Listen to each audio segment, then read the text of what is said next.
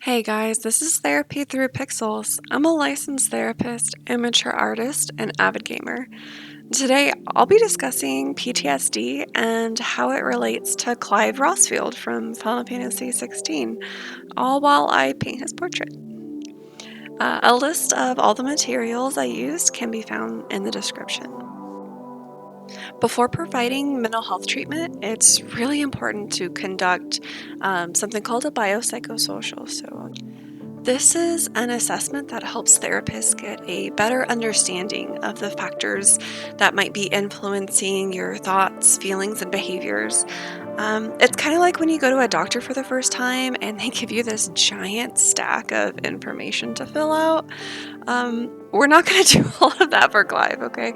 But we're gonna go over some key points that I think are important for considering what was going on with Clive before his big trauma that we're going to be focusing on. So first off, Clive's mother is straight up verbally and emotionally abusive, neglectful, probably. So much so that Clive physically reacts to her glare. It's implied that this has been going on for a while, like maybe ever since Clive got passed up by the Phoenix. So we need to pay extra special attention to how this previous abuse might affect the presentation of his symptoms when we're trying to diagnose. Oh, spoilers, by the way. I'm assuming if you're watching this, you've played the game. Sorry. He does have positive relationships with his brother and father-ish and uncle, so he's not totally without familial support. He also has a friend Jill and a pet dog, Torgal, that he's close to. He's got great interpersonal skills. He's well liked. He seems to build relationships easily. He seems to have like this natural curiosity towards others, and he's polite and patient with them. And that could be due to his, royal upbringing and training.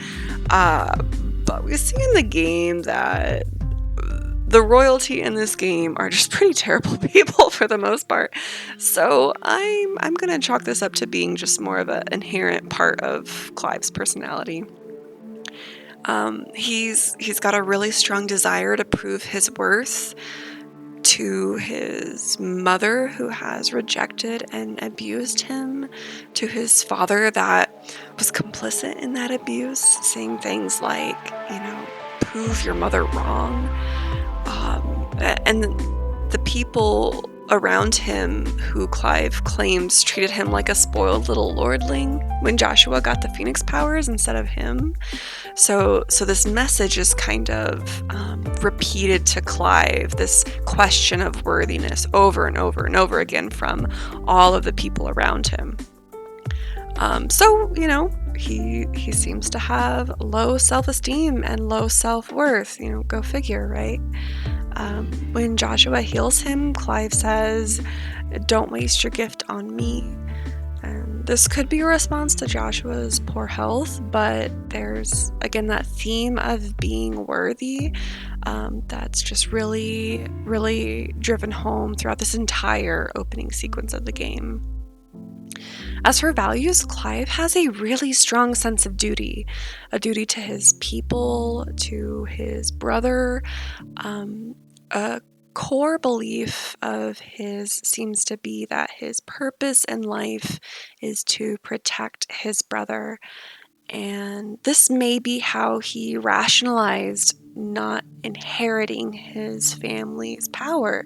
If that was once his purpose, was to have this power of the Phoenix, and he got passed up for that, I can see how he would say then that, okay, well then my purpose is to protect my brother.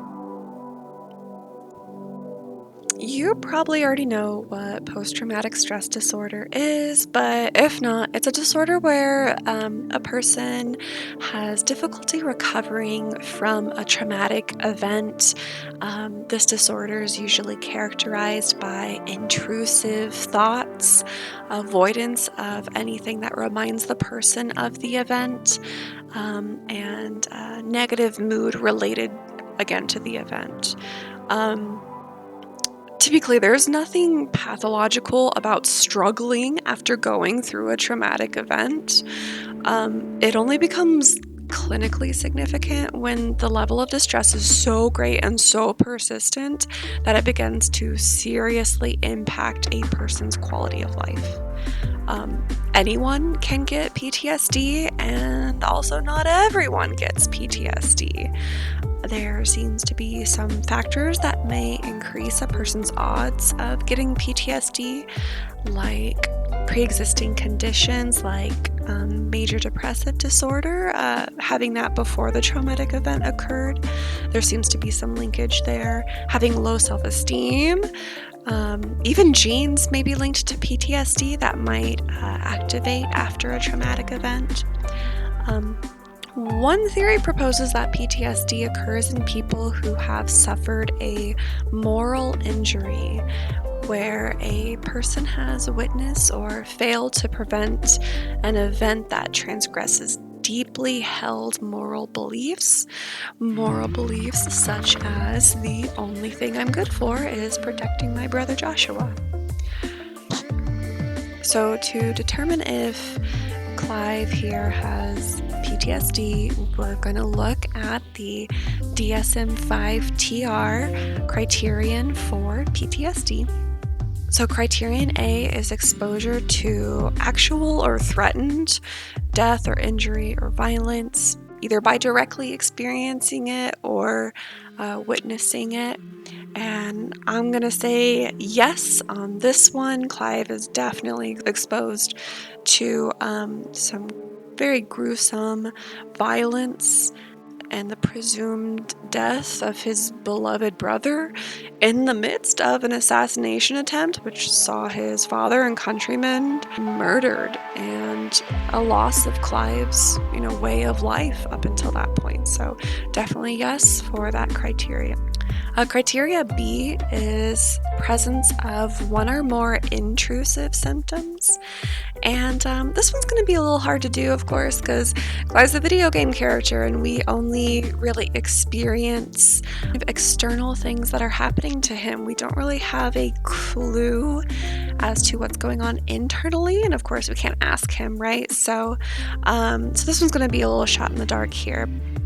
So criteria B1 is recurrent, involuntary, distressing memories of the event. I'm going to say unable to assess on this one. We don't really know what's going on in Clive's mind. Like I said, we sometimes get flashbacks, but I take these as like it's a video game and the writers are trying to get the audience to understand drives and motives. So it didn't really seem to be like a type of intrusive memory that you would see with PTSD, right? Criteria B2 is recurrent distressing dreams. Again, we're unable to assess there. B3, now this one's interesting. Dissociative reactions, a loss of awareness of your surroundings, and this is a big yes, big yes. There's several times in this little chunk of the game where Clive has these out-of-body experiences where he's watching himself do some stuff, and to the point he doesn't even realize that it's him doing these things. Later, Clive kind of brings this up, and he tells, I think it's Jill he's talking to, he tells her that he's running away, so he attributes this like out-of-body experience as running away. So it does seem to be an actual dissociative episode and not some like magic baloney that's going on. B4, intense, prolonged psychological distress that resemble the event. Again, here we're not able to assess this. We don't know a whole lot of Clive's internal state besides what he like actually tells us in the game. And B5, physiological reactions. We don't see any kind of physiological reactions whenever Clive is remembering what's happening or discussing what's happening. There doesn't seem to be any of that. Criteria C, avoidance of stimuli associated with the event through one of the following. C1 is avoidance of distressing memories and thoughts. We as the audience don't really see this, but Clive discloses to Jill that he's been running away from the truth, and he says this many times, so perceives himself as avoiding the situation. So I'm gonna chalk this one up to a yes. C2, avoidance of external reminders, people, places, objects. Again, we don't really see this. Again, I think we're gonna say yes there. Criteria D, negative alterations in cognition and mood that worsen after the event. D1 is difficulty remembering. We don't see any of this. Clive seems to remember like very explicit details about that night. So I'm going to say no on that one. D2, persistent and exaggerated negative beliefs about oneself. Definitely yes. Clive tells others that he is a monster and he deserves to die and he is just the worst. So this is definite yes for this one. D3, persistent distorted cognitions about the cause and the consequences of the event, like blame towards oneself or blame towards others. Again, this is a big yes. Clive says at one point, I watched it, so he's referring to Ifrit, I watched it kill my brother and I did nothing. You know, Clive feels like this was his fault, but again, what we discussed earlier, he was experiencing a dissociative episode during this time. He was not there. He was not oriented to his time and place. He didn't know that this was happening. He did not consciously make the choice to attack the Phoenix. So he believes it was his fault, but the reality kind of says otherwise, right? Not to mention that you had this enemy nation that was pulling all these strings in the first place, that was invading Phoenix Gate, that killed his father, but Clive makes no mention of that, right? He puts all of the blame on himself and him alone. Criteria D4, persistent negative emotion, anger, guilt, shame. Again, a definite yes. Clive expresses to those he's close to that he has a lot of feelings of guilt and shame, and again, he's very open with this, so yes for that one. D5, feeling detached or estranged from others. I'm going to say unable to assess on this one. We kind of see this behavior when we go through the first time jump, and Clive is definitely wary of Sid, but I mean, it's war. He's a soldier in the middle of war.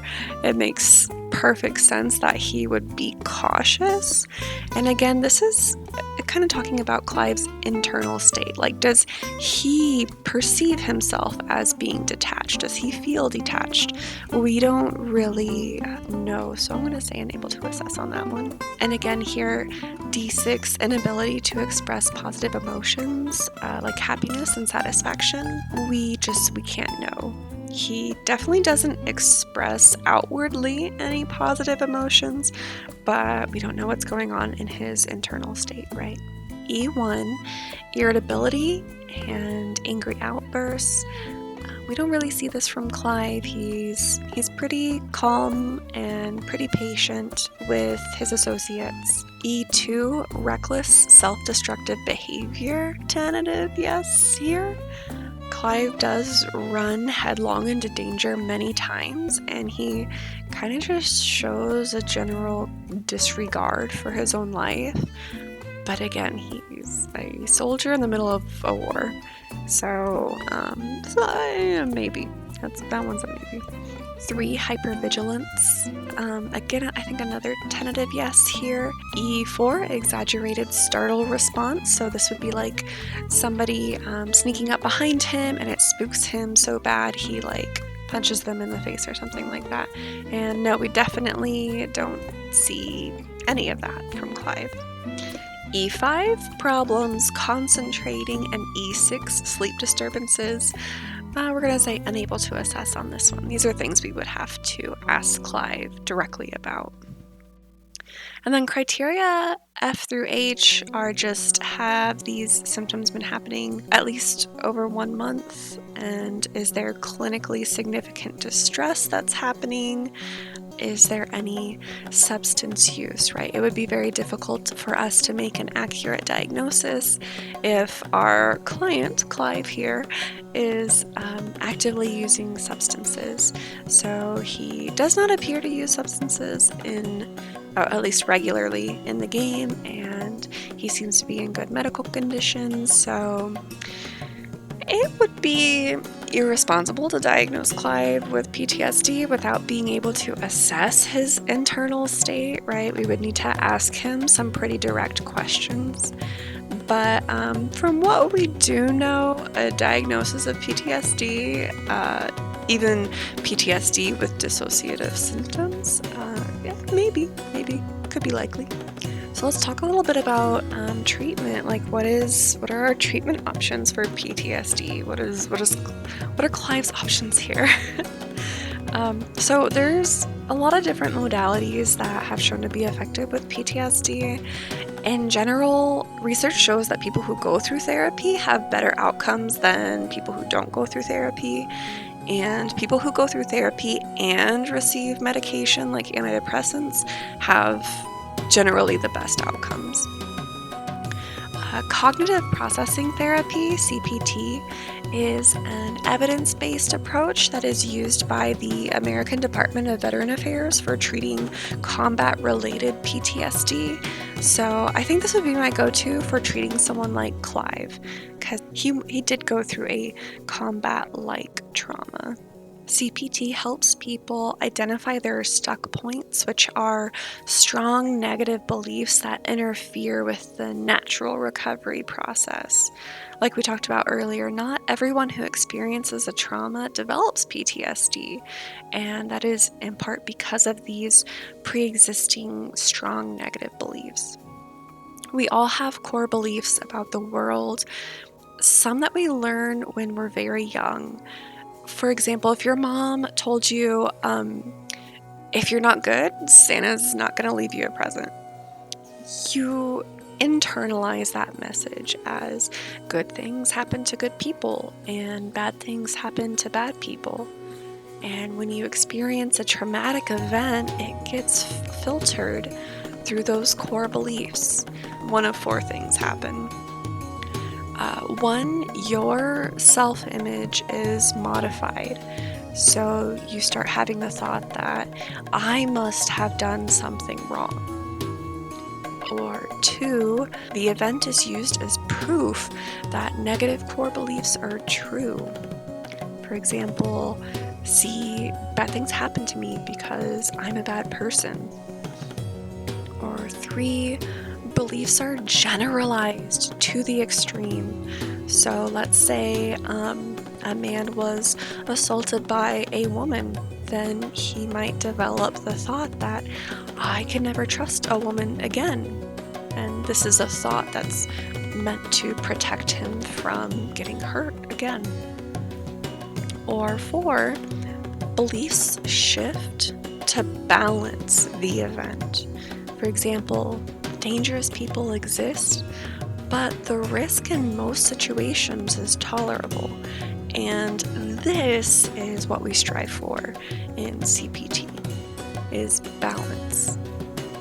Over the course of this section of the game, we actually see Sid help Clive achieve this. Sid is calm and reasonable, validating and supportive, and he helps to orient Clive to the present instead of being stuck in the past. He urges Clive to forge his own fate, reaffirms that Clive is the same person he's always been, which in turn is emphasizing that Clive's feelings are not the facts. He may feel like a monster, but he is very much not one. Sid helps Clive find his self-worth, and it is Sid that fosters Clive's new reason for being. Viktor Frankl, a psychologist and Holocaust survivor, in his book Man's Search for Meaning, says that those who have a why to live can bear with almost any how. And I think Clive's story is a great representation of this quote. It has always been Clive's why that has driven him forward despite great suffering. I will protect my brother. I will avenge my brother. I will build a world in which people can live on their own terms. The power of why can get us through almost anything. What is your why? Welcome to the end of the video.